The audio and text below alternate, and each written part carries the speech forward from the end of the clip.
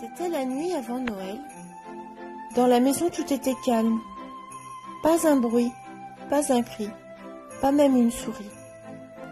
Les chaussettes, bien sages, pendues à la cheminée, attendaient le Père Noël. Allait-il arriver? Les enfants blottis dans leur lit bien au chaud rêvaient de friandises, de bonbons, de gâteaux. Maman sous son fichu et moi sous mon bonnet. Et vous, prêts à dormir toute une longue nuit d'hiver. Dehors, tout à coup, il se fit un grand bruit. Je sautai de mon lit, courais à la fenêtre, j'écartai les volets, j'ouvrais grand la croisée. La lune sous la neige brillait comme un plein jour. Alors, parut à mon regard émerveillé un minuscule traîneau et 8 tout petits rennes conduits par un bonhomme si vif et si léger qu'en un instant je sus que c'était le Père Noël. Plus rapide que des aigles, ses coursiers galopaient, lui, et il les appelait, il sifflait, il criait.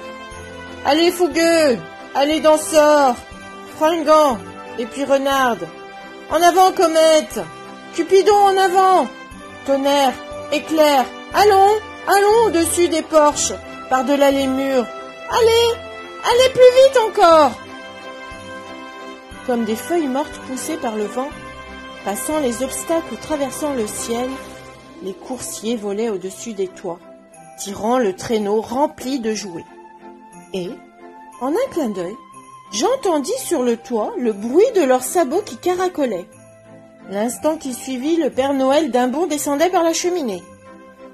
Il portait une fourrure de la tête aux pieds, couverte de cendres et de suie, et sur son dos, il avait une hotte pleine de jouets, comme un colporteur avec ses paquets.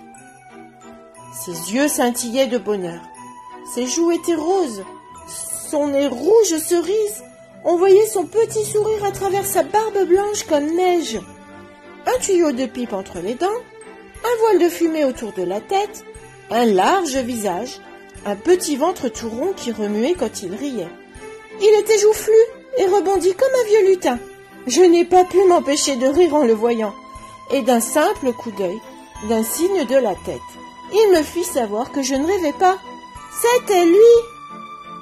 Puis, sans dire un mot, il se mit à l'ouvrage et remplit les chaussettes. Il se retourna, se frotta le nez, et d'un petit geste repartit par la cheminée. Une fois les cadeaux déposés, il siffla son attelage, puis reprit son traîneau. Et les voilà tous repartis plus légers encore que des plumes. Et dans l'air, j'entendis avant qu'ils disparaissent: « Joyeux Noël à tous, et à tous une bonne nuit !»